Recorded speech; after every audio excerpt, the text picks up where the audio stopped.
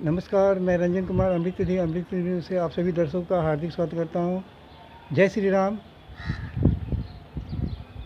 Corona काल में एक और जहां सभी कोई अपने जान को बचाने के लिए त्राहिमाम कर रहे हैं, ईश्वर से प्रार्थना कर रहे हैं, एक दूसरे को बचाने के लिए मदद कर रहे हैं, ऑक्सीजन के लिए भागदौड़ कर रहे हैं, वहीं दूसरी ओर पश्चिम बंगाल में तृणमूल कांग्रेस की जीत के बाद जो वहाँ हिंसक खेला हो रहा है वो बहुत ही निंदनीय है। और तृणमूल कांग्रेस के विजय होने के बाद वहाँ जो हिंसा और मौत का तांडव हो रहा है, साथ ही साथ सामूहिक बलात्कार, महिलाओं के साथ छेड़खानी, लूटपाट, आगजनी इत्यादि का मैं कठोरतम शब्दों में भर्त्सना करता हूँ।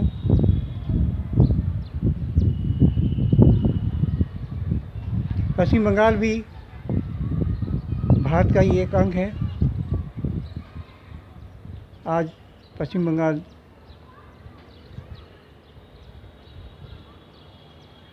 जल रहा है, लोग त्राहिमाम कर रहे हैं, हिंदू भाग रहे हैं जान बचाकर। Criminals are fearless and victims are helpless in West Bengal due to criminalization of politics.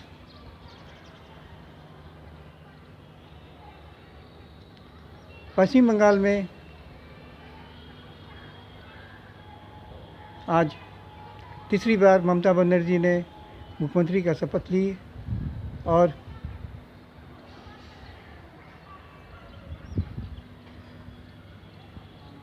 राज्य में जारी हिंसा, विशेष रूप से जो बीजेपी समर्थक उसके साथ जो हिंसा हो रही है उस पर खामोशी जारी है।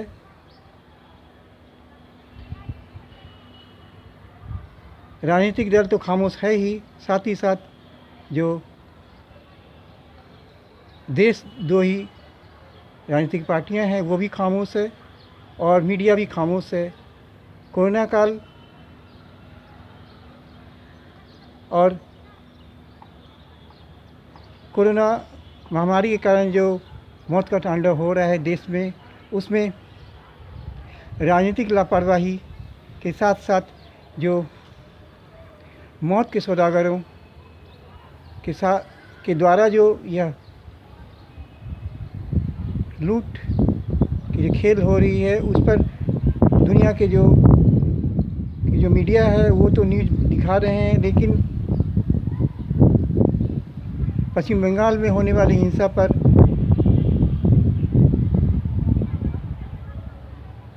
राष्ट्रीय और अंतर्राष्ट्रीय मीडिया जो है वो खामोश है। ये बहुत ही शर्मनाक है।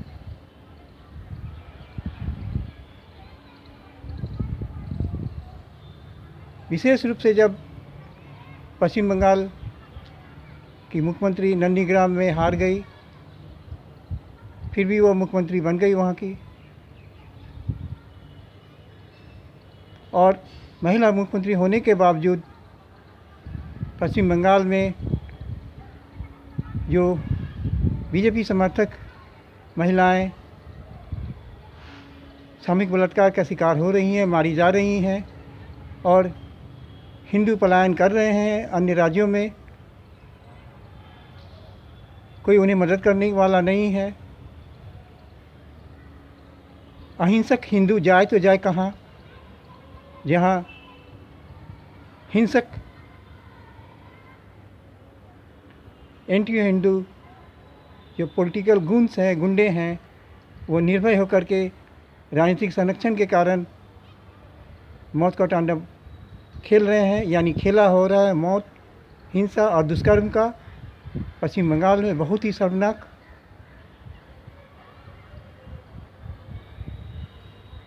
और खामोशी जो है वो उससे भी ज़्यादा शर्मनाक है। विशेष रूप से इलेक्शन कमीशन ऑफ इंडिया राजनीतिक अपराधीकरण पर जो खामोश है, ये बहुत ही शर्मनाक है। इलेक्शन कमीशन ऑफ इंडिया को जितनी भी राजनीतिक पार्टियां हैं जो देशद्रोह और आपराधिक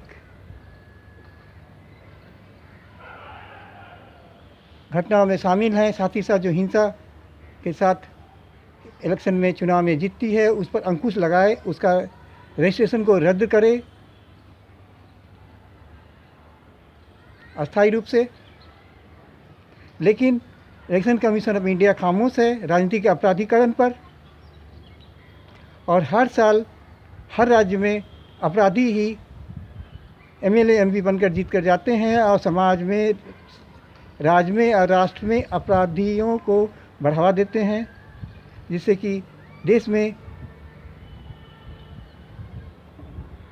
अपराध का ग्राफ बढ़ता जा रहा है।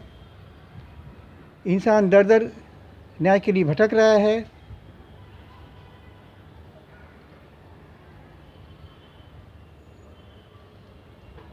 सांसद स्वर्गीय सुनील दत्त ने सेटवा Washington South Asian Conference Mumbai में 8 दिसंबर 1997 को कहा था कि हम सभी भारत माता की संतान हैं और हम सभी जो हैं भाई बहन हैं, और ऐसे में जो जितनी लड़कियां हैं भारत माता की बेटियां हैं वो सभी हमारी बहन हैं। और पश्चिम बंगाल में जो पश्चिम बंगाल की बेटियों के साथ जो हो रहा है दुष्कर्म और हत्या की घटनाएं, वो बहुत ही शर्मनाक है। साथ ही साथ पश्चिम बंगाल के आईबी और सीआईडी के रहने के बावजूद अगर ये ऐसा अपराध हो रहा है तो ये बहुत ही शर्मनाक है, और मीडिया भी खामोश है। इस तरह के गुलाम सरकारी ऑफिसर और गुलाम पत्रकार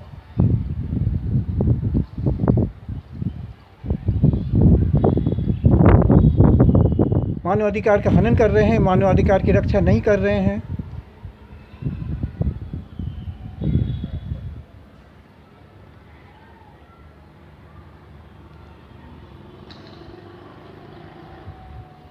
पश्चिम बंगाल में जो यह हिंसा और दुष्कर्म का जो तांडव हो रहा है, खेला हो रहा है, इसका मैं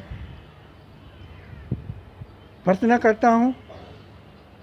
साथ ही साथ माननीय सुप्रीम कोर्ट ऑफ इंडिया और महामहिम राष्ट्रपति श्री रामनाथ कोविंद जी, भारत के माननीय प्रधानमंत्री श्री नरेंद्र मोदी जी और गृह मंत्री श्री अमित शाह जी से अनुरोध करता हूं कि वो खामोशी तोड़े। साथ ही साथ पश्चिम बंगाल में जो बीजेपी समर्थक है उन्हें सुरक्षा, न्याय और अभय दान दें, और पश्चिम बंगाल में जो बीजेपी समर्थक और हिंदुओं का जो पलायन हो रहा है उस पर रोक लगाए, और जो अपराधी हैं इस हिंसक और पागलपन भरा हुआ खेला यानी विजयोत्सव पश्चिम बंगाल में जो कि इलेक्शन के बाद हुआ है, उसके जो भी अपराधी हैं, साथ ही साथ जो उनके संरक्षक हैं, उन सभी को कठोरतम सज़ा दी जाए। पश्चिम बंगाल के साथ साथ देश के अन्य राज्यों में भी जो अपराधी राजनेता हैं उन पर कठोर कार्रवाई हो। साथ ही साथ जो देशद्रोही राजनीतिक पार्टियां हैं उसका रजिस्ट्रेशन जो है वो इलेक्शन कमीशन ऑफ इंडिया अस्थायी रूप से उसे रद्द करे, ताकि भारत माता की संतान जो है वो खुशी के साथ ही साथ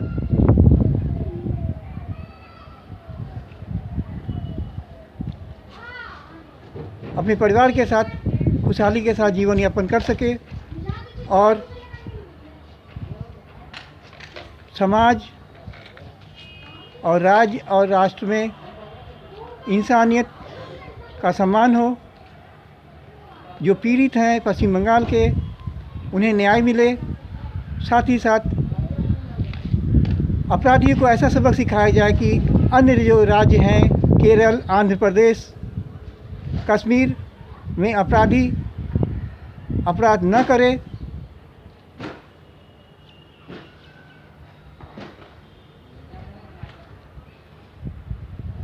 साथ ही साथ मैं अनुरोध करूंगा कि भारत को एक हिंदू राष्ट्र घोषित करे, क्योंकि हिंदू राष्ट्र नहीं घोषित के करने का कारण ही आज जो है देश में इतना अपराधियों का मनोबल बढ़ता जा रहा है।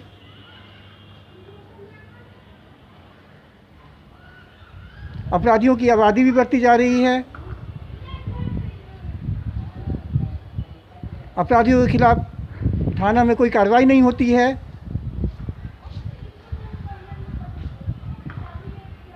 ऐसा होता है कि केवल वोट बैंक पॉलिटिक्स के कारण। साथ ही साथ भ्रष्ट राजनेताओं को केवल कुर्सी से प्यार है, जनता के दुख दर्द से कोई मतलब नहीं है। पुनः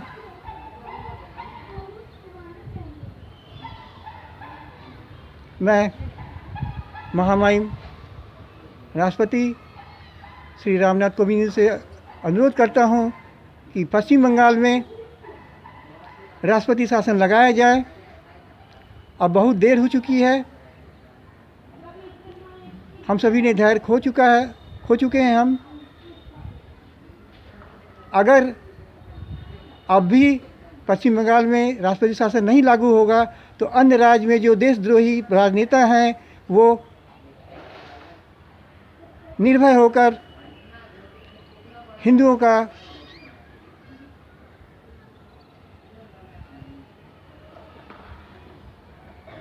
शोषण करेंगे, उस पर अत्याचार करेंगे और जो हिंदू अधिकार के लिए कार्यकर्ता हैं उनकी हत्याएं जारी रहेंगी।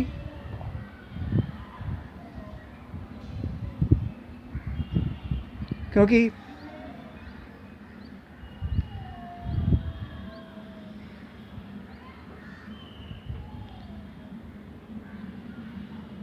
हिंदू कार्यकर्ता जो हैं और नेता जो हैं वो अपने को बेसहारा समझ रहे हैं।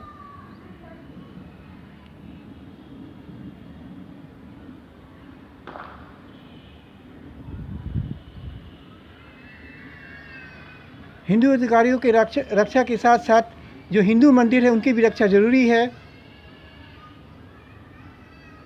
पूरे देश भर में।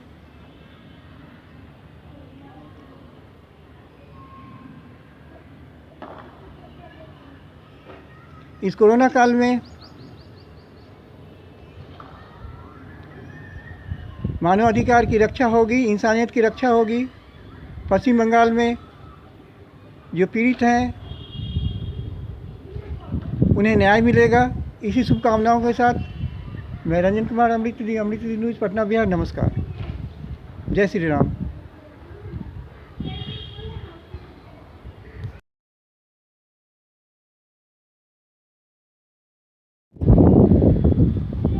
भारत माता की जय, भारत माता की जय। वंदे मातरम, वंदे मातरम, वंदे मातरम। जय हिंद, जय हिंद।